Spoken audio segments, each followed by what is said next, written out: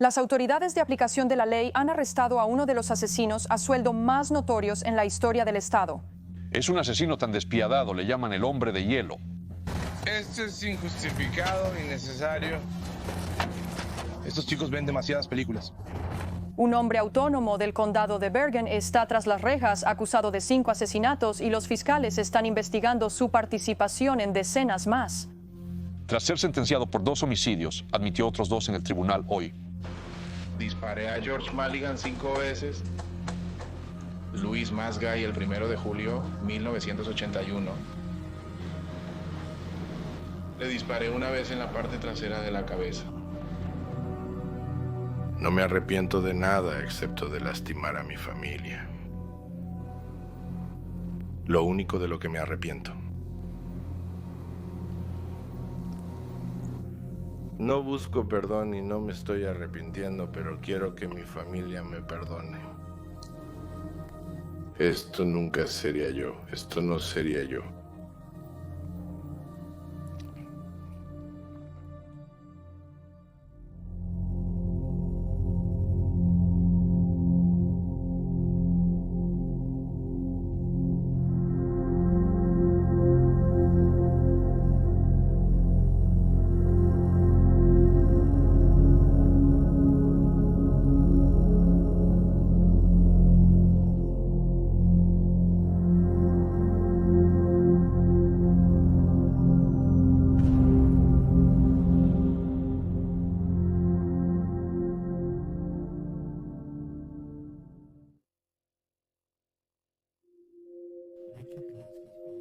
Era Stanislaw Kalinske, conocido como Stanley, un inmigrante polaco de Varsovia, que trabajaba como frenador en el ferrocarril Delaware, Lackawanna y Western.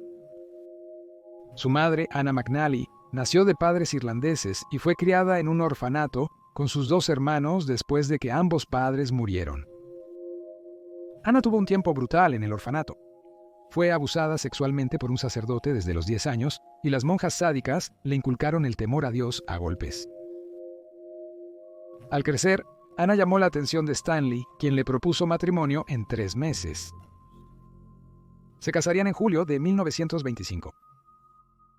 Sin embargo, desde el principio, Anna se dio cuenta de que se había casado con un hombre celoso y abusivo que le gustaba beber, que la golpeaba y la abusaba sexualmente ante la menor provocación. El abuso de Stanley hacia Anna se exacerbaba cuando estaba borracho y su temperamento y apetito sexual aumentaban. Pero el problema era que el divorcio no era una opción en aquel entonces y Anna aprendió a aceptar su comportamiento. En la primavera de 1933, Anna dio a luz a su primer hijo, un niño al que llamaron Florian, en honor al padre de Stanley. El nacimiento de su hijo no detuvo el abuso de Stanley, y Florian también se volvió blanco de su mal genio. Anna llegó a detestar a su marido y buscó consuelo en la iglesia. Volvió a quedar embarazada, probablemente como resultado de una violación, y el 11 de abril de 1935 dio a luz a un segundo hijo llamado Richard. El nacimiento de Richard solo significó que Stanley tenía otra bolsa de golpes para usar, y con el dinero ahora escaso, tanto Florian como Richard eran golpeados regularmente, lo que significaba que ambos chicos tenían terror de su padre y se llenaban de temor cada vez que él entraba por la puerta. Anna era incapaz de detener a su esposo, así que dejó de intentarlo y permitió que ocurriera. Richard estaba tan aterrorizado de Stanley que se orinaba cada vez que lo veía o escuchaba, lo que alimentaba la ira de su padre, y él comenzó a golpear a ambos hijos con un cinturón que envolvía alrededor de sus nudillos, a veces dejándolos a ambos inconscientes. El 1 de febrero de 1941, Stanley se pasó de la raya y después de golpear a Florian sin piedad en la nuca, lo mató. Solo tenía 7 años. Stanley obligó a Anna a decir a las autoridades que Florian se cayó por las escaleras y no se hicieron preguntas. El cuerpo de Florian fue colocado en un ataúd en la sala, donde Richard, de 5 años, intentó desesperadamente despertarlo. Su madre le dijo que Florian había sido atropellado por un coche, cubriendo nuevamente a su esposo.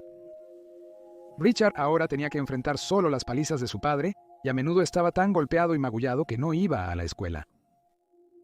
Cuando finalmente iba a la escuela, el delgado y frágil Richard a menudo era acosado y maltratado por los otros chicos, y para Richard, todo lo que el mundo le ofrecía era violencia y dolor. Creció cuestionando el desagrado de sus padres hacia él. También tenía un complejo de inferioridad.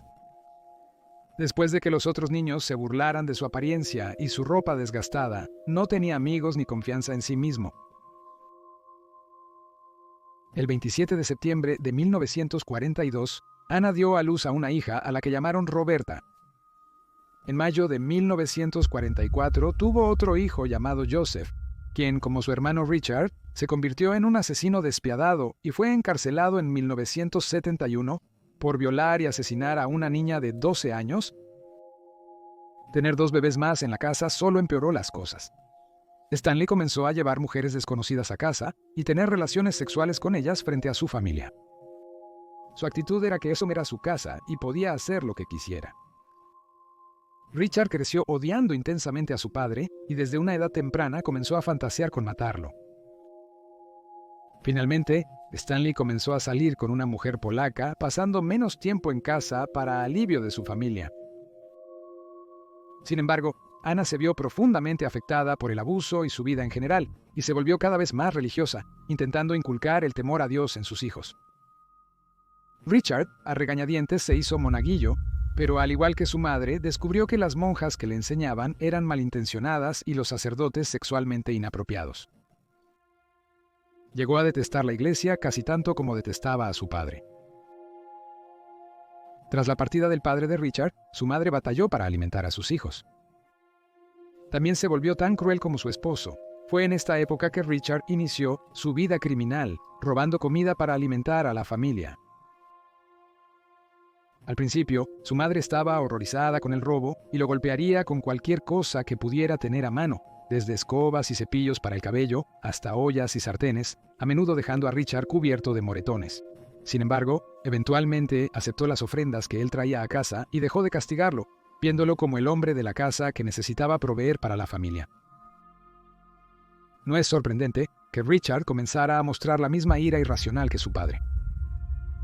Pero inicialmente, en lugar de dirigirlo a los humanos, comenzó a maltratar a los animales, en particular a perros y gatos. Ideó horribles métodos de tortura sádica para llevar a cabo en las pobres criaturas y los prendía a fuego o ataba sus colas juntas. Era evidente que Richard no era un niño común. Richard proporcionó los detalles de su primer asesinato durante una entrevista mientras estaba encarcelado. Nunca fue condenado ni relacionado con el asesinato. Sin embargo, describió vívidamente lo que hizo. Para cuando Richard tenía 12 o 13 años, su madre había logrado conseguir una nueva casa para la familia en un complejo de viviendas nuevo en New Jersey y la calle Queens. A Richard le encantaba su nueva casa, pero los niños del vecindario seguían acosándolo y metiéndose con él. Lo llamaban un polaco tonto. Y como Richard no tenía amigos ni nadie en quien confiar, comenzó a sumergirse en revistas de crímenes reales, todas robadas por supuesto. Richard tenía dislexia y encontraba la lectura un desafío, pero pasaba horas hojeando las revistas, a menudo se iba solo para sentarse tranquilamente mientras absorbía el contenido. Fue entonces cuando comenzó a pensar en matar y vengarse de los chicos que se burlaban de él. Primero ahora abusando física y verbalmente de Richard. En una ocasión fue golpeado tan brutalmente que no pudo salir de casa por una semana. Su madre quería denunciar el incidente a la policía, pero Richard sabía mejor que delatar a alguien y le dijo que él manejaría la situación a su manera. El principal antagonista de Richard era un chico llamado Charlie Lane. Él era el líder de la pandilla del proyecto y había infligido el mayor dolor a Richard. Charlie era un chico mucho más corpulento que Richard, quien para entonces era alto y delgado, aunque Richard compensaba eso con su ciega furia que había estado fermentando dentro de él desde que era un niño pequeño. Richard decidió que podría acechar a Charlie por la noche, y cuando estuviera solo, atacaría. Richard eligió una helada noche de viernes en enero de 1949 para el ataque. Con un palo de madera de 2 pies de largo, salió de casa para ejecutar su plan. Richard se posicionó contra una pared cerca de donde sabía que Charlie pasaría en su camino a casa y esperó. Finalmente, vio a Charlie avanzando por el camino hacia la pared y en el momento justo, Richard salió corriendo y lo confrontó. Charlie no se sorprendió cuando Richard apareció de repente y empezó a insultarlo como siempre. Pero Richard contraatacó y se enfrentó a él, sacando la estaca de madera y golpeándola contra el lado de la cabeza de Charlie. Charlie miró a Richard lleno de ira, pero Richard fue implacable y una y otra vez llovió golpes en su cabeza con el palo. Los años de ira y rabia reprimidas golpearon el cráneo de Charlie. Cuando Richard finalmente se detuvo, Charlie estaba quieto, muy quieto. Richard lo pinchó y lo instigó, instándolo a levantarse y pelear, pero él no se movió. Charlie estaba muerto. Richard entró en pánico. Acaba de matar a alguien. ¿Qué iba a hacer? No quería ir a prisión. Tenía que pensar rápido y deshacerse del cuerpo y las pruebas. Pensó en todas las cosas que había aprendido de las revistas de crímenes y decidió arrastrar el cadáver a uno de los coches que había robado y deshacerse de él lejos. Se apresuró a buscar su auto estacionado a unas cuadras de distancia y metió el cuerpo de Charlie en el maletero. Era muy pesado, mucho más de lo que Richard había anticipado, y utilizó la superficie helada para arrastrar el cuerpo. Luego, Richard condujo durante 2 horas hasta llegar a una zona de South Jersey conocida como Pine Barrens, un área desolada y pantanosa perfecta para ocultar un cuerpo. Se detuvo en un pequeño puente sobre un estanque congelado y sacó el cuerpo de Charlie del maletero. Utilizó un martillo de hacha que encontró en el maletero para sacar todos los dientes de Charlie. Sabía que dejarlos allí permitiría su identificación. También usó la misma herramienta para cortar las puntas de los dedos de Charlie. Luego recogió los pedazos para deshacerse de ellos más tarde, antes de lanzar el cuerpo al estanque helado. Richard, de 13 años, se sentía orgulloso mientras volvía a casa. Por primera vez en su corta vida, se sintió en control. Decidía quién merecía vivir y quién no. Nadie volvería a cruzarse con él sin pagar las consecuencias.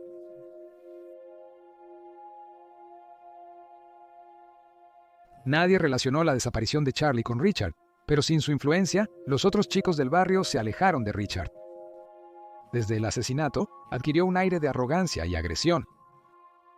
Richard fue tras los chicos que se habían burlado de él durante tanto tiempo y los golpeó uno por uno con un pedazo de madera. Luego, empezó a llevar un bate de béisbol a todas partes y no dudaría en usarlo si alguien se interponía en su camino. Era alto para su edad y sorprendentemente fuerte, y comenzó a ganarse una reputación de chico duro. Sin embargo, el bate era demasiado voluminoso y notorio y pronto lo abandonó por un cuchillo. Richard no sentía culpa ni preocupación por nadie y no tenía reparos en usar el cuchillo en cualquiera que considerara irrespetuoso, a pesar de que todavía era solo un adolescente. Para entonces, había dejado la escuela y comenzó a frecuentar salas de billar y bares. Se volvió un jugador experto y empezó a ganar dinero haciendo trampas. Pero sus violentos enfrentamientos con deudores morosos le ganaban una temida reputación en Nueva Jersey y alrededores. Simplemente no te metías con Richard Kuklinski. Pronto fue el líder de una pandilla de 5 llamada Coming Up Roses. El nombre significaba que quienes se metieran con ellos acabarían como abono para plantas. La pandilla pronto comenzó a planificar robos y asaltos. Fue por entonces cuando Richard compró su primera pistola a un hombre en un salón de billar. Era un revólver de .38 con un cañón de 6 pulgadas. Richard afirmó que su segundo asesinato fue un hombre conocido como Doyle, un policía de Nueva Jersey que también era un borracho que frecuentaba los salones de billar que Richard solía visitar, y ambos a menudo tenían partidos que Richard ganaba principalmente. Pero cuanto más bebía Doyle, más ruidoso y abusivo se ponía, sobre todo al perder dinero. Comenzó a llamar a Richard un estúpido tramposo polaco. Mientras más abusaba Doyle de Richard, más se enfurecía. Pero también sabía que si mataba a un policía, allí mismo, frente a todos, estaría encerrado durante años. Así que una noche, salió silenciosamente del club y esperó a que Doyle saliera. Por suerte, Doyle salió tambaleándose borracho y se metió en su coche. Después de un rato, Richard notó que estaba dormido, fue al garaje y compró gasolina.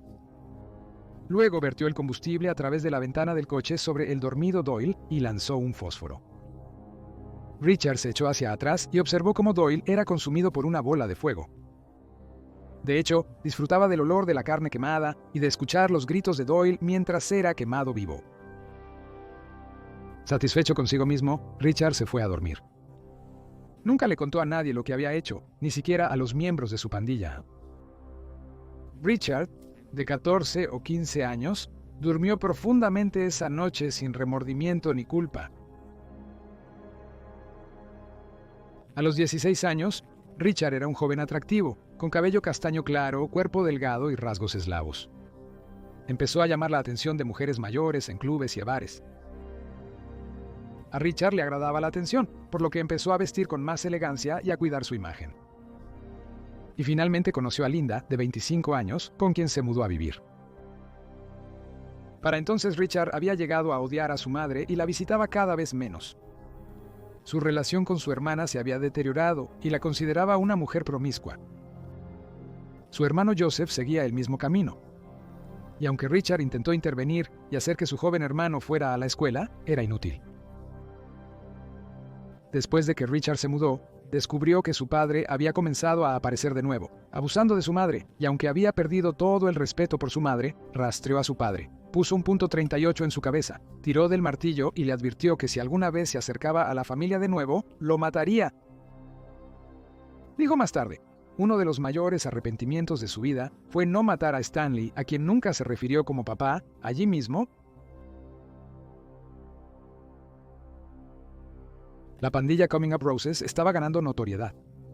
Estaban cometiendo cada vez más delitos en algunas de las áreas más exclusivas de Jersey City, y estaban ganando buen dinero y eran notorios por su violencia.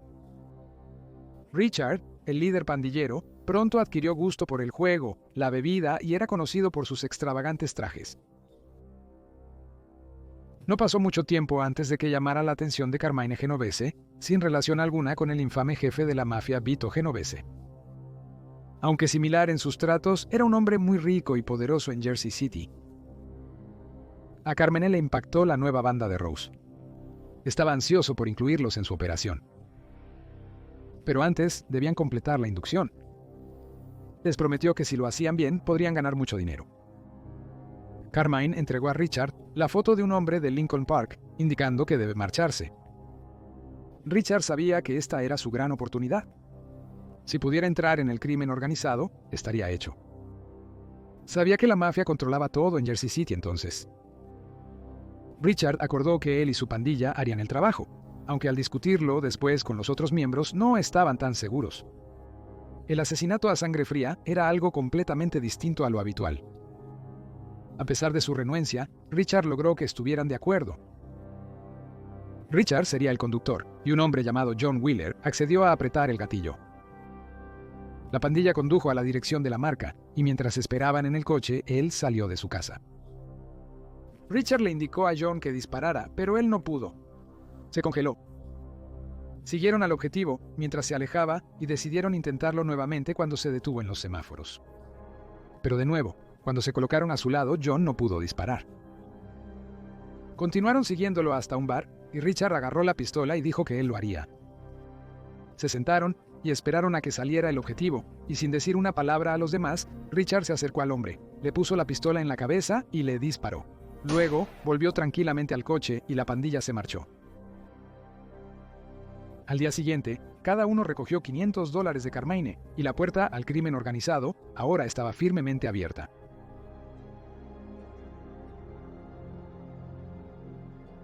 Los chicos de Coming Up Roses obtuvieron mucho trabajo de Carmine y ganaron mucho dinero. Habían demostrado ser confiables, dignos de confianza e implacables, y realizarían el trabajo sin cuestionar. No importa cuánto dinero ganaran, lo gastaban en juegos de azar, beber y tomar vuelos de primera clase a Las Vegas. No invertían nada, a pesar de que a veces obtenían $100,000 por un trabajo. A mayor ganancia, más invencible se sentía la pandilla. Dos de los miembros de la pandilla, John Wheeler y Jack Dobrowski, subestimaron la importancia de la lealtad y pensaron que estaría bien asaltar un juego de cartas patrocinado por un asociado de la notoria familia de criminales de Cavalcanti. Hicieron esto sin informar a Richard. Uno de los miembros fue reconocido como perteneciente a Coming Up Roses, y la noticia llegó rápidamente al soldado de Cavalcanti, Albert Parenti. Albert convocó a Richard para encontrarse con él en un bar, y le explicó a Richard que aunque sabía que no era su culpa, John y Jack eran su responsabilidad, y si quería mantener el secreto que había ganado, tenían que ser eliminados, sin hacer preguntas. Richard estaba horrorizado. John y Jack eran amigos cercanos suyos, probablemente los únicos amigos verdaderos que tenía, y ahora le estaban pidiendo que los matara. Richard suplicó por misericordia y ofreció devolver cualquier dinero que se hubiera tomado. Pero esto no era sobre dinero, era sobre principios, y ninguna cantidad de persuasión por parte de Richard iba a funcionar. No había compromiso. Richard salió del bar, encontró a Jack y le disparó en la cabeza, dejándolo donde cayó. El siguiente fue John. Lo atrapó cuando salía del apartamento de su novia. Con frialdad, le disparó en la cabeza a su mejor amigo, matándolo en la calle. El asesinato afectó profundamente a Richard, pero si podía matar a las dos personas que amaba como a hermanos, podía matar a cualquiera. A sus 19 años, Richard ya había asesinado a 4 hombres. Parecía mucho mayor de lo que era y tenía la fuerza de un buey. El rumor en la calle era que él era responsable de matar a Jack y John, y los otros miembros de la pandilla se mantenían alejados de él. Richard ahora estaba solo. En la primavera de 1964, tomó un ferry a Manhattan. En pocas horas mató a otro hombre, apuñalándolo con un cuchillo antes de que Richard lo encontrara y observara en un lote de autos. Luego eligió el mejor momento y se acercó a él con calma y le preguntó sobre la compra de un auto. Luego pidió una prueba de manejo, y el hombre aceptó con gusto. Richard manejó hacia su auto mientras la pareja se marchaba en el suyo. Luego se acercó a él y preguntó si podía mirar debajo del capó. El hombre estuvo más que dispuesto a complacer, sin saber que en el maletero del auto de Richard había una cuerda, una pala y una carraca. Y en el bolsillo de Richard había un Derringer de 3.8 y un rompemuelas. Cuando la pareja abrió el capó, Richard golpeó la cabeza del tipo con el rompemuelas, noqueándolo. Richard lo metió en el maletero de su coche, amordazándolo y atando sus extremidades. Luego condujo hasta un lugar aislado en Pine Barrens, el mismo lugar donde había deshecho de Charlie Lane hace todos esos años. Ató al hombre gritando a un árbol. Richard luego aplastó sus tobillos con la carraca, cortó todos sus dedos uno a uno y observó cómo el hombre sufría antes de finalmente matarlo. Recordando que tenía que llevar algo de vuelta a Carmine, Richard cortó la cabeza del hombre y la puso en una bolsa de plástico, antes de enterrar lo que quedaba de su cuerpo maltratado. Cuando Richard presentó la bolsa a Carmine, fue recompensado con $10,000. En ese momento, Richard había demostrado que si había un trabajo que hacer, él era el hombre para hacerlo, y Carmine comenzó a usarlo como su principal cobrador y ejecutor. Si Richard hubiera sido italiano, Carmine lo habría patrocinado para entrar a la familia, pero como polaco, eso nunca iba a suceder. Ahora era conocido como un peligroso mafioso, respetado y temido por todos. Richard no era tan selectivo con los trabajos que aceptaba, aunque nunca tomaría algo que involucrara a mujeres o niños. Su trabajo no siempre implicaba homicidio. Transportaría drogas, cobraría dinero y usaría su fuerza para recuperar deudas. Ganaba buen dinero, pero lo desperdiciaba principalmente en apuestas y alcohol. De vez en cuando le daba dinero a Linda y a sus 2 hijos, pero pronto el matrimonio empezó a deteriorarse. Golpeó al hombre tan mal que casi rompió todos los huesos de su cuerpo, excepto su fémur. También atacó a Linda y le cortó ambos pezones. Tras el incidente, Richard rara vez veía a Linda y solo de vez en cuando a sus 2 hijos. Más tarde en su vida, cuántos desamparados mató por diversión en Manhattan, estimó alrededor de 50. Su juego también estaba fuera de control y cualquier dinero que ganaba lo perdía apostando. No era un hombre feliz y cuanto más enfadado y desilusionado se ponía, más quería matar. Su psicosis estaba fuera de control y cuando descubrió que su hermano Joe era gay, casi lo mata.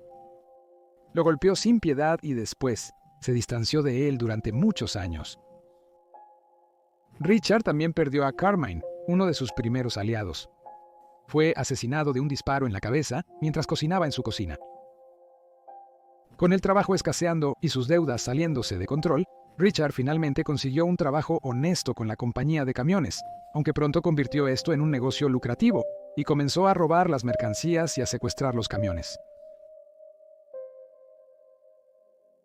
A los 26 años, Richard afirmó haber matado ya a 65 hombres. Su vida estaba estancada y su ira interna se desbordaba. Pero todo cambió cuando conoció a Barbara Padricki, una italoamericana de 18 años. La conoció en la empresa de camiones donde ambos trabajaban, aunque más tarde despidieron a Richard por hablar con ella. Al principio, Bárbara dudaba de Richard. Él era mayor que ella y aún seguía casado con Linda. Ella era joven y no se tomaba la relación muy en serio. Y aunque Richard era el modelo de cortesía y estaba atento en todos los aspectos, a su familia no le gustaba, no solo porque era mayor y estaba casado, sino porque no era italiano. Sin embargo, lo aceptaron en su familia por el bien de Bárbara. Y por primera vez, se dio cuenta de lo que era una verdadera familia. Pero Richard sofocó a Bárbara. Siendo joven, anhelaba socializar con amistades y citas. Pero cuando intentó terminar la relación, Richard, quien normalmente adoraba a Bárbara, sacó un cuchillo y amenazó con matarla a ella y a su familia. Desde entonces, Bárbara temía lo que Richard pudiera hacer. Al final, la conquistó con su encanto y ella quedó embarazada. Richard deseaba casarse con ella, aunque aún seguía casado con Linda. Pero Bárbara no podía pensar en algo peor, y en un intento desesperado por alejarse de él, huyó de la casa en la que vivía con su madre y su abuela y se fue a vivir con su padre en Miami. Richard desconocía su ubicación, pero presionó a su familia para que se lo revelaran. Finalmente, la madre de Bárbara cedió y le dijo a Richard que le daría dinero para divorciarse de Linda y le diría dónde estaba Bárbara siempre y cuando él se casara con ella para que no fuera una madre soltera. Richard aceptó de inmediato. Se divorció de Linda y, para horror de Bárbara, apareció en la puerta de su padre en Miami. Bárbara estaba furiosa y nunca perdonó a su madre. Pero estaba tan aterrada de lo que Richard podría hacerle a ella y a su familia que aceptó casarse con él. En 1961 se casaron y Richard estaba tan loco por ella que al principio la trató muy bien y prometió que cambiaría. Bárbara no tenía idea de que su nuevo esposo era un asesino en serie ni de su implicación con la mafia. Sin embargo, poco después de su boda, Richard vio a su esposa embarazada fumando. Estaba tan furioso que se rompió el dedo del pie al pisotearlo. La obligó a dormir en el porche durante la noche. Al día siguiente, Bárbara perdió al bebé.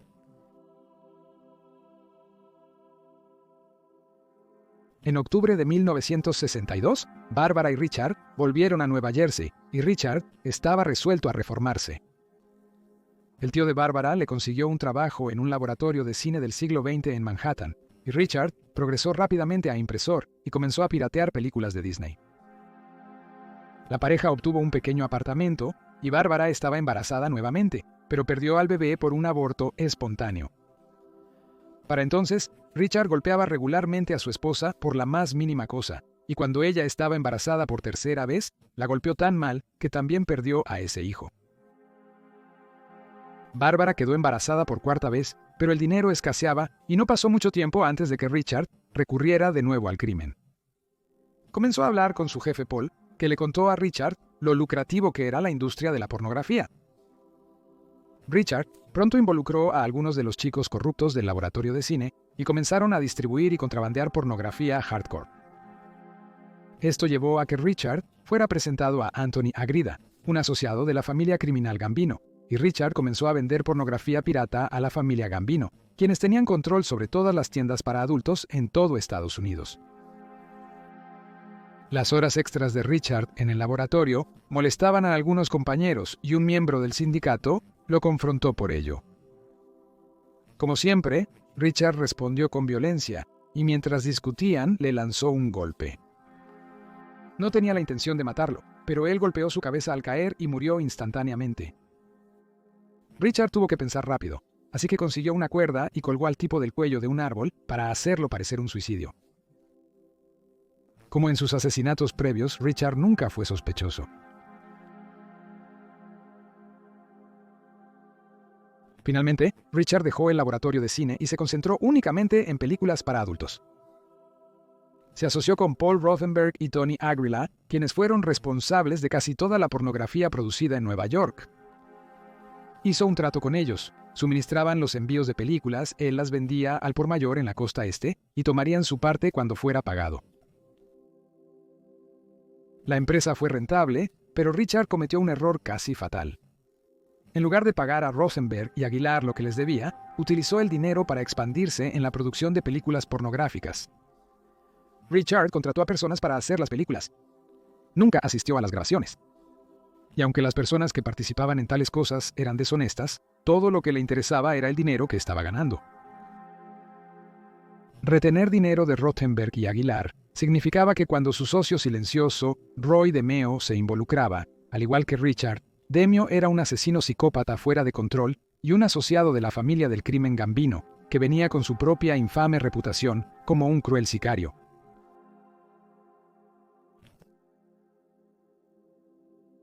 Richard ganaba buen dinero no solo de la industria pornográfica, sino también vendiendo productos falsificados y haciendo golpes extraños. Derrochaba el dinero en su familia, comprando a su esposa e hijos todo lo que querían. Se mudaron a una nueva casa en Dumont, Nueva Jersey. La familia instaló una piscina y hacía barbacoas para sus vecinos, viviendo el sueño americano. Para entonces, Bárbara también había dado a luz a su hijo, Dwayne. Sin embargo, ella desconocía el verdadero trabajo de su esposo y tenía que soportar sus frecuentes berrinches y abusos. Una vez, se enfadó tanto que rompió los juguetes de los niños, arrancó su nueva cocina y lanzó el fregadero por la ventana. A veces, golpeaba y maltrataba a Bárbara frente a los niños mientras ellos le pedían que se detuviera. Pero Bárbara siempre intentaba enfrentar a su marido. Nunca retrocedió y lo provocaba para que a veces la golpeara. De una manera extraña, la respetaba y la amaba más por eso. En ocasiones, se enfadaba tanto que se golpeaba a sí mismo, a menudo noqueándose. Bárbara sabía que nunca podría dejarlo y que él los mataría a todos si lo hacía. Richard nunca golpeó ni abusó de sus hijos, pero el tormento psicológico de verlo golpear a su madre tuvo un profundo efecto en ellos. Sin embargo, Richard también podía ser muy amable y generoso, a menudo dando dinero a desconocidos o repartiendo juguetes a los niños. Era el epítome de un personaje de Jekyll y Hyde.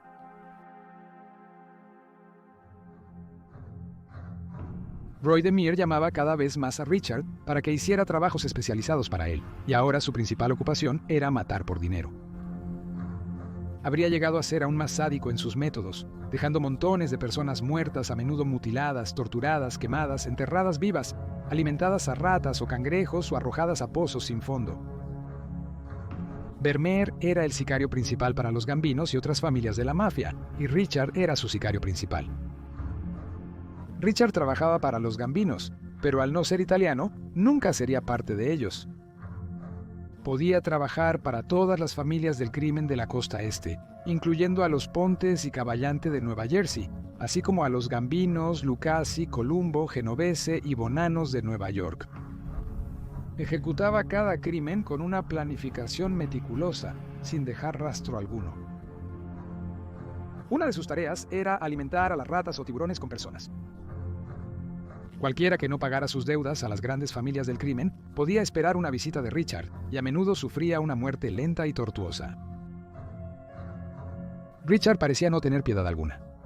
No solo mataba por dinero, sino porque lo disfrutaba y era tan eficiente que la policía no tenía idea de quién era.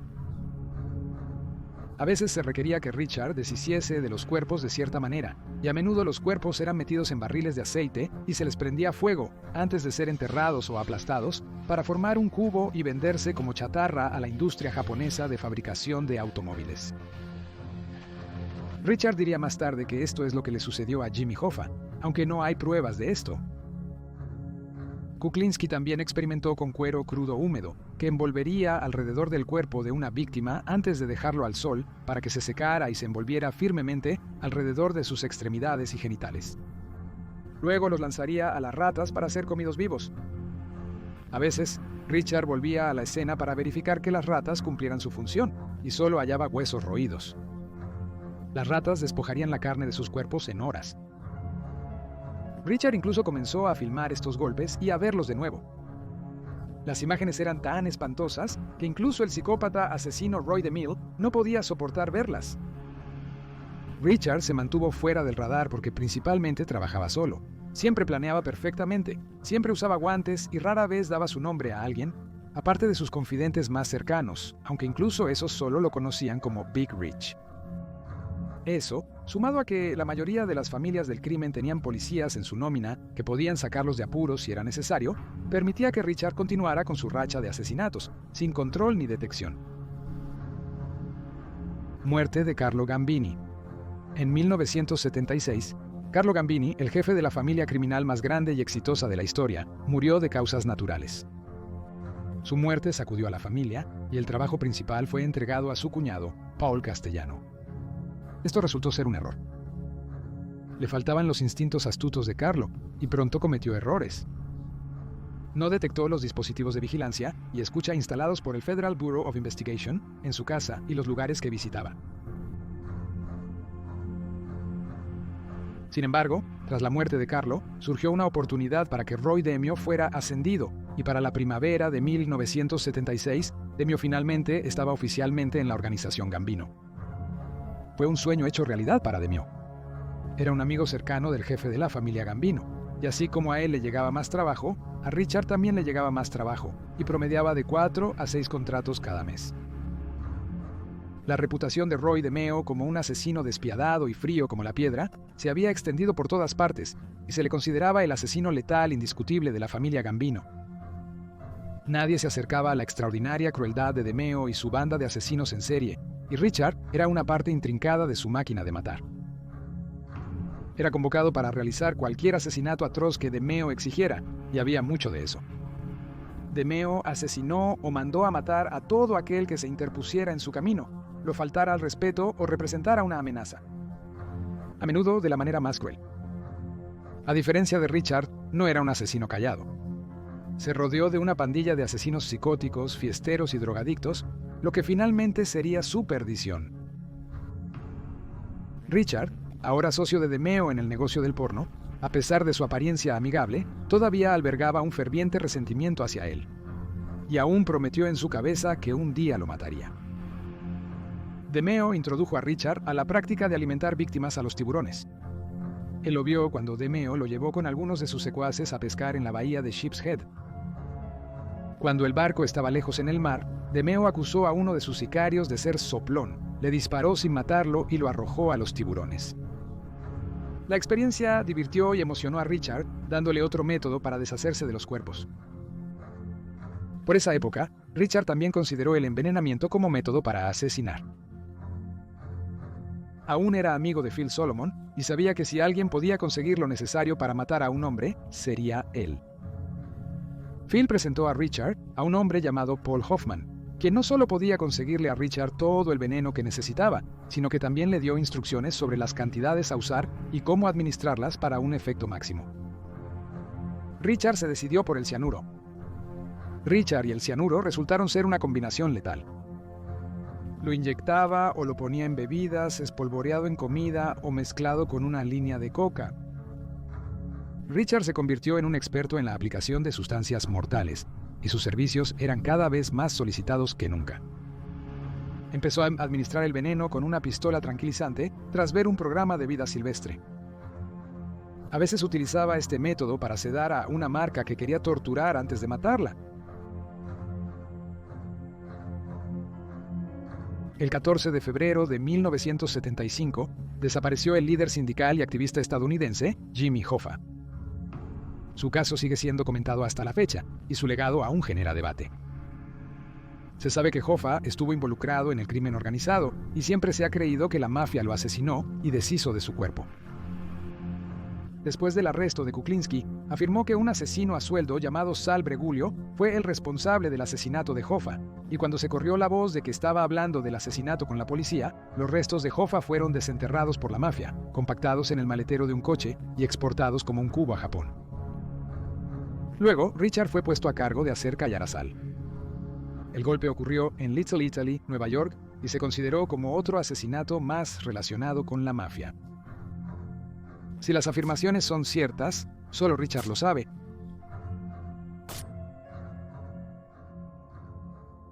Robert Prong era un asesino a sueldo que llevaba a cabo sus negocios disfrazado de vendedor de helados.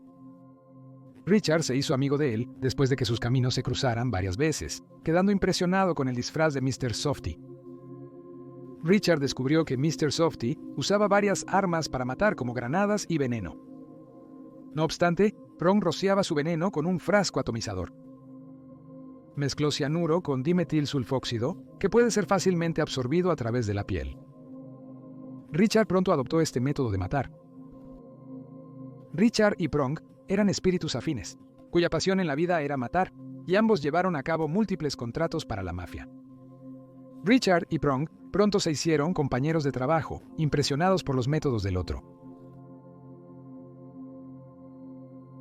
Durante este tiempo, Carmine Galante era el jefe interino de la familia del crimen Bonanno, pero después de pasar un tiempo en la cárcel, Carmine estaba fuera de control y las otras familias de la mafia decidieron que ya era suficiente y querían que lo eliminaran. Esta fue una jugada muy inusual. Era prácticamente desconocido en 1979 que el jefe de una familia del crimen tuviera un contrato sobre su cabeza. Las familias se reunieron para planificar el golpe y Dimeo sugirió que Richard era el más indicado. Esto fue un gran trato para Richard. Tenía el respaldo de las familias mafiosas más poderosas de Nueva York para eliminar a un jefe de la mafia. Richard se sintió honrado. En un plan bien orquestado, Richard disparó a Carmine el 12 de julio de 1979, justo cuando terminó de almorzar en el restaurante italoamericano de Joe y Mary en Brooklyn. Los 3 guardaespaldas de Carmine también fueron objetivos, y mientras Richard salía tranquilamente del restaurante, el trabajo fue terminado por otros 3 pistoleros, que llovieron balas sobre la fiesta. A la mañana siguiente, una foto del asesinado Carmine apareció en la prensa. Este asesinato fue un gran problema. Richard se mantuvo bajo perfil unos días en su oficina secreta, antes de volver con su familia para llevarlos a Disney World.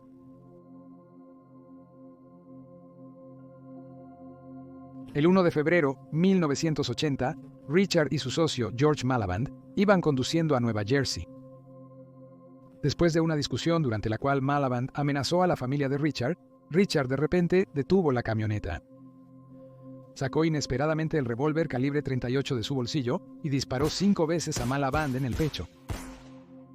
Richard deshizo del cuerpo metiéndolo en un tambor de 55 galones. Pero Malaband era un hombre grande y para meterlo en el tambor, Richard tuvo que cortar los tendones de sus piernas para hacerlo encajar. Luego, Richard dejó rodar el tambor hasta el fondo de una empalizada cerca de la planta química Chemitex, en Jersey City. El cuerpo fue hallado días después, un error descuidado de Richard, quien solía ser meticuloso al deshacerse de los cadáveres. Este fue el primer asesinato vinculado directamente con Richard, ya que el hermano de Malaband le dijo a la policía que iba a encontrarse con Big Rich el día de su desaparición. El 18 de marzo de 1980, Frank, el hijo de 12 años del futuro jefe de la familia Gambino, John Gotti, fue atropellado y asesinado por John Favaro, un amigo de la familia y vecino de la familia Gotti. La muerte de Frank fue considerada un accidente, pero la familia Gotti no lo aceptó, y John posteriormente recibió amenazas de muerte y fue atacado por la esposa de Gotti, Victoria, con un bate de béisbol cuando intentó disculparse. John desapareció el 20 de julio de 1980. Después de su arresto, Richard afirmó que él y algunos otros fueron responsables de su muerte. Richard afirmó que habían secuestrado a John después de que terminó su trabajo y lo llevaron a un depósito de chatarra en East New York, donde fue golpeado y torturado por Richard y sus secuaces, y su cuerpo fue metido en un tambor de 55 galones. El cuerpo de John Favreau nunca fue hallado, pero las afirmaciones de Richard se han considerado en su mayoría como desvaríos demenciales. Aunque el principal ingreso de Richard era ser un sicario, también incursionaba en otros negocios. El 1 de julio de 1981, Maskey apareció en la tienda de Phil buscando cintas negras. Como sucedió, Richard había traído un cargamento de un trabajo. Phil llamó a Richard para decirle que Maskey había llegado con dinero para adquirir el salón. Poco después, Richard llegó armado con una pistola. Preguntó dónde estaba Maskey y Phil le dijo que estaba en el baño. Richard entró y le disparó 2 veces en la cabeza, matándolo al instante. Los 2 hombres luego robaron el dinero que Maskey había escondido en su camioneta para pagar las cintas, y luego llevaron el cuerpo de Maskey a un almacén y lo arrojaron en un pozo que tenía agua helada corriendo por él. Richard sabía que Robert Prong congelaba cuerpos para disfrazar la hora de la muerte. Pensó que el pozo podría estar lo suficientemente frío para tener el mismo efecto y así sacar el cuerpo después, haciendo parecer que murió mucho más tarde de lo que realmente ocurrió. Richard arrojó el cuerpo en el pozo y lo cubrió con ropa, madera y una capa superficial de concreto. Después abandonó la camioneta de Musket a un lado de la carretera, muy lejos de la tienda. Otro trabajo bien hecho, o eso pensó. El problema era que Phil hablaba demasiado, y pronto le contó a uno de los miembros de la banda de Richard, un tipo llamado Percy House, todo sobre el asesinato de George Miliband y Louis Musket. Pat Kane. Richard llamó la atención de Pat Kane, un detective de la Policía Estatal de Nueva Jersey, cuando un informante lo conectó con la banda que cometía robos en Nueva Jersey. El nombre de Big Rich seguía apareciendo, y Kane quería llegar al fondo de quién era y qué estaba tramando. Estableció que los miembros de la banda eran Danny Deppner, Gary Smith, Percy House y el jefe, Big Rich. Pero la banda era esquiva, y aparte de Percy House, Kane no pudo localizar a los demás. Durante la investigación, Richard confesó haber cometido 15 asesinatos, todos ordenados por la mafia. Se deshizo de los cuerpos desmembrándolos y arrojando las piezas en varios contenedores de basura en la ciudad, o cortándolos en pedazos y metiéndolos en tambores de 55 galones con agujeros, que luego arrojaba al río Hudson, donde se hundirían hasta el fondo, y los cangrejos podrían entrar por los agujeros y devorar lo que quedaba de ellos. Finalmente, la determinación inquebrantable de Kane por llegar a la verdad lo llevó hasta Barbara, la esposa de Danny Deppner, quien también tuvo un romance con Percy House. Barbara soltó la sopa y finalmente, después de todos estos años, el nombre de Richard Kuklinski fue conocido por la policía y Barbara hizo algunas revelaciones impactantes. Barbara le mencionó a Kane que Richard estaba al tanto de que la policía buscaba al resto de la pandilla tras el arresto de Percy House y les aconsejó mantenerse alejados. Pero Gary Smith desobedeció y fue a visitar a su hija. Como castigo, Richard le trajo una hamburguesa que había mezclado con cianuro. Pero Smith no murió inmediatamente, así que hizo que Danny Deppner lo rematara estrangulándolo con un cable de una lámpara. La pareja abandonó el cadáver de Smith debajo de la cama de su habitación de hotel. Pasó desapercibido por 4 días, mientras clientes desprevenidos se hospedaban en el cuarto y dormían en la cama. Al final, el olor se tornó insufrible, pero pasaron días antes de que alguien pensara en revisar debajo de la cama. Al igual que con Miliband, Richard cometió el error de no deshacerse del cuerpo. Richard tenía acceso al apartamento en ese momento. Richard le hizo a Deppner un sándwich de carne con cianuro, y mientras yacía muriendo en el suelo, Richard le disparó en la cabeza. Cuando Rich Patterson regresó al apartamento, lo convenció de deshacerse del cuerpo diciendo que Deppner había muerto de una sobredosis. Richard ya había envuelto el cuerpo en una bolsa de plástico negra, por lo que Rich no hizo preguntas. El cuerpo fue arrojado cerca de un embalse en West Milford. Como se mencionó antes, Paul Hoffman le proporcionó veneno a Richard y le enseñó cómo administrarlo. Pero Richard nunca realmente le agradó. Así que cuando Hoffman se puso insistente con Phil y Richard acerca de conseguir un medicamento llamado Tagamet, en efecto firmó su propia sentencia de muerte. El 21 de abril de 1982, Hoffman apareció en la tienda de Phil con un fajo de dinero bajo el pretexto de comprar un lote de Tagamet. Sin embargo, era una trampa. Le dijeron a Hoffman que la droga se guardaba en el almacén de Richard, y ambos se dirigieron allí. Hoffman entregó $25,000 en efectivo, y fue entonces cuando Richard le dijo que el trato era una farsa, y colocó el cañón de su pistola debajo de la barbilla de Hoffman y apretó el gatillo. El disparo solo hirió a Hoffman. Kuklinski intentó dispararle de nuevo, pero el arma se atascó. Richard entonces recurrió a matar a Hoffman, golpeándolo hasta la muerte con una llave de rueda. Luego metió el cadáver de Hoffman dentro de un tambor de 50 galones, llenó el tambor con cemento instantáneo y lo dejó descaradamente en la acera fuera de un motel, detrás de una cafetería llamada Harry's Corner en South Hackensaw, Nueva Jersey. Richard vigiló el tambor durante días, sentándose en Harry's Corner para escuchar conversaciones entre clientes que indicaran el hallazgo del cuerpo. Luego, el tambor se esfumó. El paradero de Hoffman es desconocido hasta la fecha y su cuerpo nunca ha sido encontrado. Roy DeMeo tuvo un mal comienzo en 1983 y no sin Wayne. El Federal Bureau of Investigation investigaba el gran número de personas desaparecidas y asesinadas vinculadas a él. También había molestado a los Gambinos con algunos de sus tratos salvajes, formas asesinas y traiciones, y era esencialmente un hombre muerto en vida. Existen varias teorías sobre el asesino de DeMeo, pero nos enfocaremos en la versión de Richard sobre los hechos. Richard, consciente de los problemas de DeMeo, se sorprendió por su apariencia desaliñada cuando se encontraron. Aparentaba cargar con el peso del mundo. DeMeo descargó sus problemas con Richard y cómo sería acusado de asesinato. A Richard le preocupaba la personalidad de DeMeo. Después de todo, conocía todos los detalles de sus asesinatos, y si hablaba con la policía o buscaba un trato, Richard estaría en serios problemas. Mientras estaban allí hablando, Richard sacó una pistola y le disparó a su amigo 5 veces, 2 veces en la cabeza. Richard finalmente había obtenido su venganza por el incidente de hace todos esos años, cuando D'Amelio lo había humillado. Metió el cuerpo de D'Amelio en el maletero de su Cadillac, colocando una lámpara del asiento trasero sobre él. Richard se alejó, sabiendo que los muertos no hablan.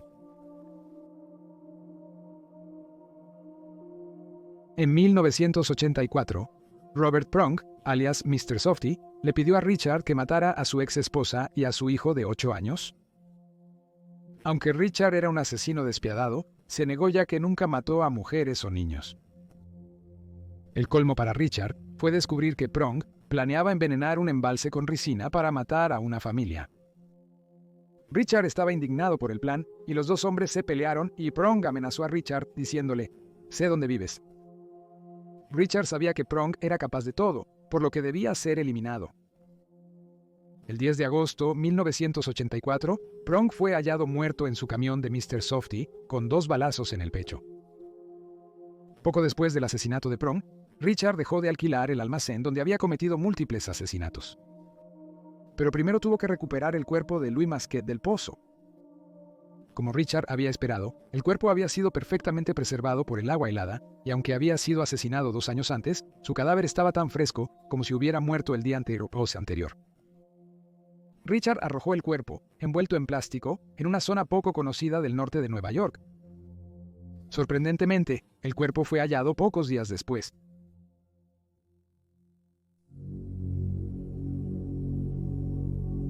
Con el hallazgo de las víctimas y la información que Pat Kane había recopilado durante meses, ahora estaba convencido de que Richard Kuklinski era el culpable. Ya había recopilado mucha información sobre Richard y había rastreado sus movimientos y los de su familia, pero aún no tenía suficientes pruebas para arrestarlo. También temía por su familia si Richard descubría que lo perseguía. Sin embargo, no iba a rendirse. Kane sabía que Richard era un sicario de la mafia y un distribuidor de pornografía. También creía ser responsable de la muerte de al menos 5 personas. Sin embargo, su determinada persecución de Richard, con poco respaldo de sus supervisores, estaba pasando factura a Kane. Estaba tan consumido por el caso que se estaba deprimiendo y comenzó a beber. Desesperadamente necesitaba un descanso. Necesitaba evidencia tangible. Kane decidió que la única forma de tener a Richard era enviando a un infiltrado. El tipo que eligió fue Dominic Prolifone. Era un veterano en este tipo de trabajos y había infiltrado con éxito bandas criminales en el pasado. Tenía el aspecto y los modales de un tipo de la mafia y encajaba perfectamente en los círculos en los que Richard se movía. Tras oír lo que Kane dijo sobre Richard, Prolifone se volvió tan decidido a atraparlo como él, y su colaboración se convertiría en uno de los mayores esfuerzos de aplicación de la ley estatal federal en la historia de Nueva Jersey. Ambos hombres pensaron que la clave para acercarse a Richard era Phil, el tipo que, aparte de su esposa, Richard confiaba y consideraba un amigo. No fue una tarea fácil hacer que Phil cooperara, pero por suerte, Phil había sido recientemente detenido por la policía, y fue entonces cuando Kane se acercó a él. Tenía cierta ventaja, ya que el hijo de Phil estaba en prisión y el propio Phil enfrentaba una condena. Así que Kane pudo hacer un trato con él para mantener su libertad y darle a su hijo un tiempo más fácil. El plan era que Phil presentara a Prolifone a Richard como un amigo que había conocido y confiado durante mucho tiempo. Prolifone se haría llamar Dominic Provenzano. Con el tiempo, Paul Castellano, jefe de la familia Gambino, se volvió problemático. La historia oficial es que el subjefe de Gambino, Sammy Gravano, sugirió matar tanto a Castellano como a su guardaespaldas. Pero cuando John Gotti se enteró del plan, mandó a asesinarlo. No obstante, Richard tiene una versión un poco distinta de lo ocurrido. Él afirma que tuvo una reunión con Gravano sobre el golpe y fue contratado para matar al guardaespaldas de Castellano y alguien más se encargaría de Castellano. Sea cual sea la verdad, el lunes 16 de diciembre de 1985, el guardaespaldas de Castellanos lo llevó a una reunión temprana preestablecida en Sparks Steakhouse en Midtown Manhattan. Un escuadrón de asesinos con sombreros de piel rusos lo esperaba. Richard debía eliminar al guardaespaldas. El golpe se llevó a cabo de manera suave y eficiente, y Richard abandonó la escena y tomó un taxi fuera de la ciudad, cobrando sus $300,000 por su problema. Más tarde esa noche, se sentó con su esposa y vio los boletines de noticias sobre la muerte de Castellano. Se dice que John Caniglia fue el pistolero que disparó a Castellano en la cabeza, y antes de abandonar la escena del asesinato, Gotti condujo para ver los cuerpos.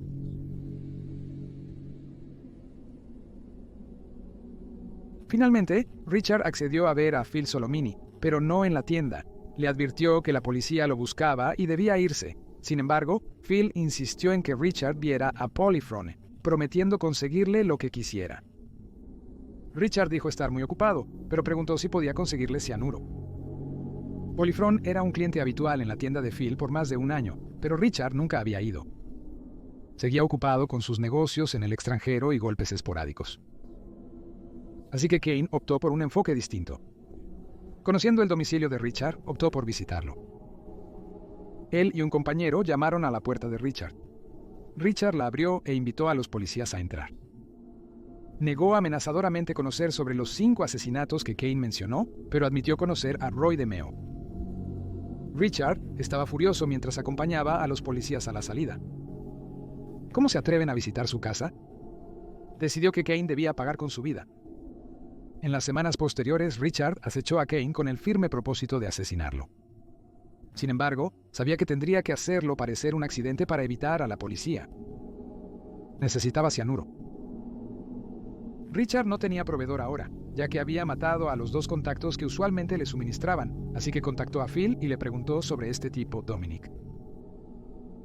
Por fin, después de esperar más de un año, Richard accedió a encontrarse con Polifrone en Dunkin' Donuts, irónicamente, para pedirle que consiguiera cianuro para matar a su colega Pat Kane. Durante la reunión, la pareja intercambió números de teléfono y Polifrone le pidió a Richard que buscara a alguien que estuviera interesado en el equipo militar que él podía conseguir. Esta fue la oportunidad que Kane había esperado por años y lo que pasó después sorprendió a todos. Solo 2 días después de su primera reunión, Richard contactó a Polifrone diciendo que estaba ansioso por conseguir el cianuro. Polifrone le dijo a Richard que estaba en ello. 2 días después de la llamada, Richard volvió a llamar. Esta vez quería organizar una reunión con contactos que tenía y que estaban interesados en las armas que Polifrone dijo que podía conseguir.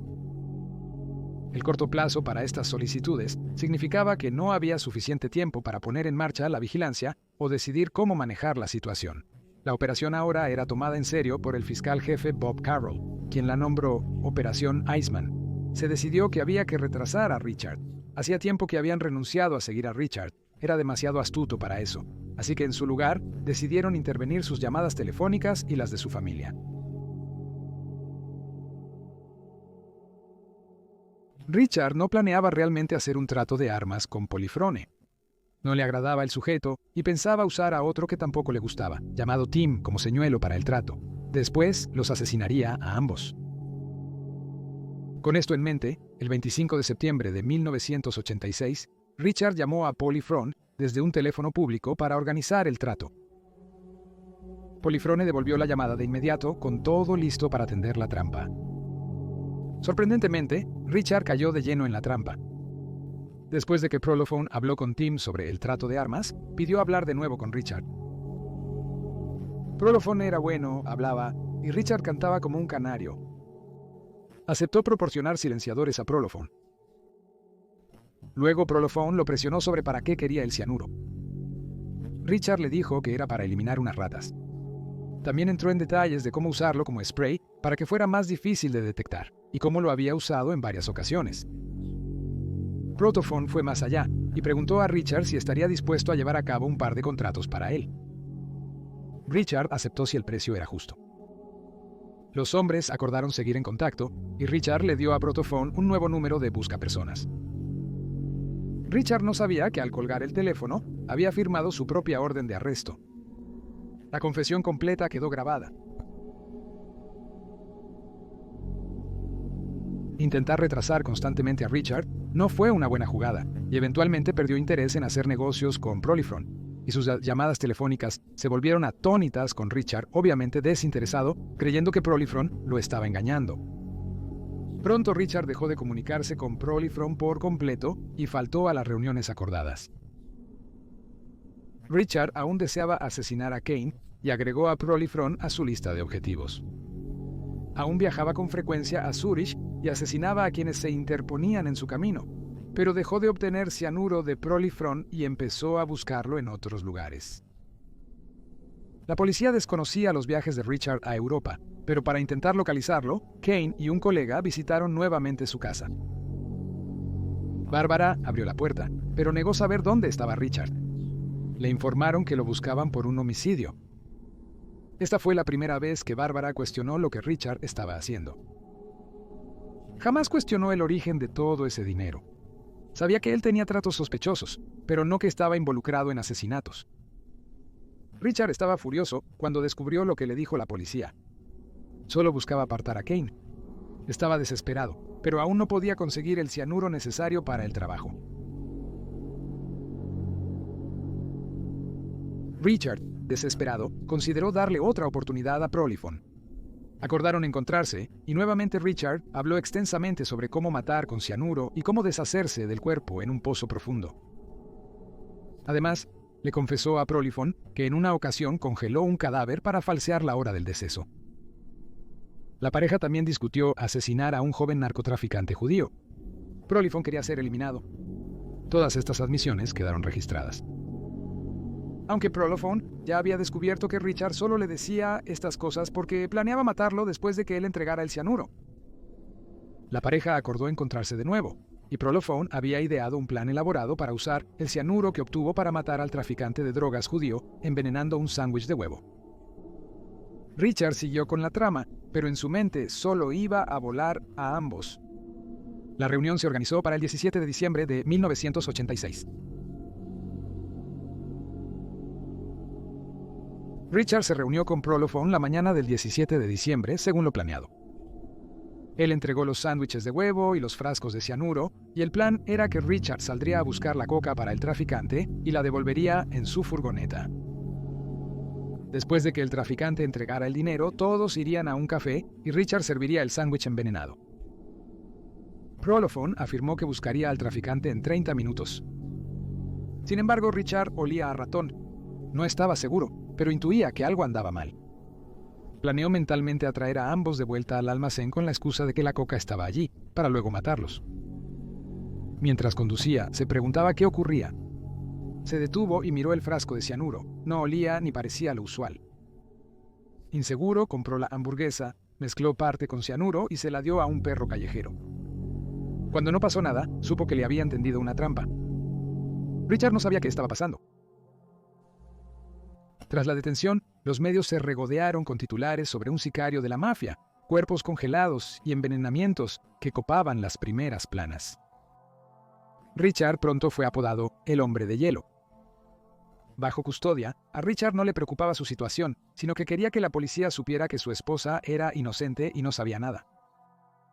Parecía un animal enloquecido, deambulando en su celda, maldiciendo y amenazando con matar a todos. La policía registró la casa de Kuklinski y se sorprendió al no encontrar evidencia incriminatoria, ni armas ni congeladores con partes de cuerpos.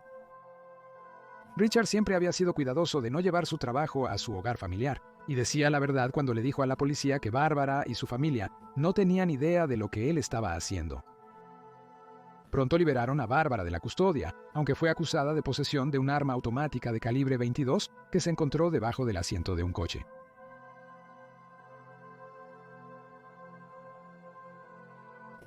Los fiscales acusaron a Richard de 5 cargos de asesinato, 6 violaciones de armas, intento de asesinato, robo e intento de robo. Los funcionarios descubrieron que Richard tenía mucho dinero en cuentas suizas y una reserva de vuelo a ese país. Fue detenido con una fianza de 2 millones y se le hizo entregar su pasaporte. En su juicio, varios de los antiguos asociados de Richard testificaron en su contra, al igual que Rich Patterson y Don Polifrone. Las conversaciones grabadas con Polifrone fueron la evidencia más perjudicial, aunque la defensa de Richard intentó argumentar que sus admisiones eran solo él hablando en exceso en un intento por impresionar a alguien que creía que era un delincuente importante. En marzo de 1988, un jurado encontró a Richard culpable de asesinar a Smith y Debner, pero determinó que no se demostró que las muertes fueran por conducta propia de Kuklinski, evitando así la pena de muerte. Para evitar otro juicio por los asesinatos de Malavant y Maskey, Richard se declaró culpable de ambos. No obstante, el Estado estimó que las pruebas eran insuficientes para condenar a Richard por el homicidio de Hoffman, dado que su cuerpo no fue hallado. A cambio de una confesión y la ayuda de Richard para recuperar los restos de Hoffman, se retiraron los cargos por ese asesinato. Como parte del acuerdo, se retiraron los cargos por posesión de armas contra su esposa y un cargo por posesión de marihuana contra su hijo. Richard recibió 2 condenas de 60 años, una por matar a Smith y Debner, la otra por Malavant y Maskey, que se cumplirían de manera concurrente. Sería elegible para libertad condicional en 2046 a los 111 años. Fue detenido en la prisión estatal de Trenton, donde su hermano Joe aún cumplía condena. Durante su encarcelamiento, Richard concedió entrevistas a fiscales, psiquiatras, criminólogos, escritores y productores de televisión. Algunas de estas entrevistas resultaron en 3 documentales televisivos, Las cintas del hombre de hielo, transmitidos en HBO en 1992, 2001 y 2005. Merrick, hija de Richard, admitió que su madre lo convenció de hacer las entrevistas, pues le pagaron generosamente por ellas. En las entrevistas, Richard confesó más asesinatos de los que fue condenado, algunos cubiertos en este documental. Supuestamente, Richard rechazó las entrevistas de Oprah Winfrey y Geraldo Rivera. No se conoce el número exacto de personas que Richard mató. Él mismo aludió a tantos como 200, aunque rara vez dio detalles específicos, como el nombre completo de la víctima, la ubicación o la fecha. Afirmó que utilizó una variedad de métodos para no establecer un modus operandi que permitiera a las autoridades relacionar todos los asesinatos con una sola persona. Aunque Richard habló en detalle sobre sus crímenes, muchas de sus confesiones no han sido probadas y han sido recibidas con escepticismo. El arresto de Richard impactó a su familia y vecinos. Desconocían por completo sus actividades y pensaban que era un exitoso empresario. La esposa sospechaba que parte de los ingresos de su marido provenían de actividades ilegales, pero nunca cuestionó su trabajo ni su paradero, contentándose con el lujoso estilo de vida que el dinero les permitía. Sin embargo, ella desconocía que él estaba involucrado en un asesinato. Los Kuklinskis se divorciaron en 1993 y Bárbara afirmó que fue por motivos económicos. Tras el divorcio, ella siguió visitando a Richard en prisión, aunque solo cerca de una vez al año. En octubre de 2005, casi 18 años después de ser condenado a prisión, a Richard le diagnosticaron la enfermedad de Kawasaki, una inflamación de los vasos sanguíneos. Fue trasladado bajo custodia al centro médico St. Francis en Trenton, Nueva Jersey, y pidió a los médicos que se aseguraran de reanimarlo si sufría un paro cardíaco. Sin embargo, sin que él lo supiera, Bárbara había firmado una orden de no reanimación. Los médicos, al saber que Richard agonizaba, llamaron a Bárbara para preguntar si deseaba revocar la instrucción, pero ella se negó. Richard falleció a los 70 años el 5 de marzo, 2006. Falleció oficialmente de un paro cardíaco. Conclusión. Richard Kuklinski fue un peculiar asesino en serie. Su infancia lo moldeó, como a muchos asesinos, pero aparte de su temperamento violento, tenía pocos de los vicios comunes entre los criminales. Disfrutaba del alcohol, pero solía estar sobrio al matar. No abusó de las drogas ni cometió asesinatos por motivos sexuales. A pesar de maltratar a su esposa, nunca le fue infiel. tenía una regla estricta de no matar mujeres ni niños, y la cumplió. Su única debilidad aparente era el juego, perdiendo así una suma considerable de dinero. Richard mataba si lo molestaban o si le pagaban para hacerlo. Disfrutaba viendo sufrir a sus víctimas, y confirmó que filmó algunos de sus asesinatos para verlos más tarde, aunque nunca se descubrieron las grabaciones. En sus entrevistas, Richard describía con normalidad los detalles de sus terribles asesinatos.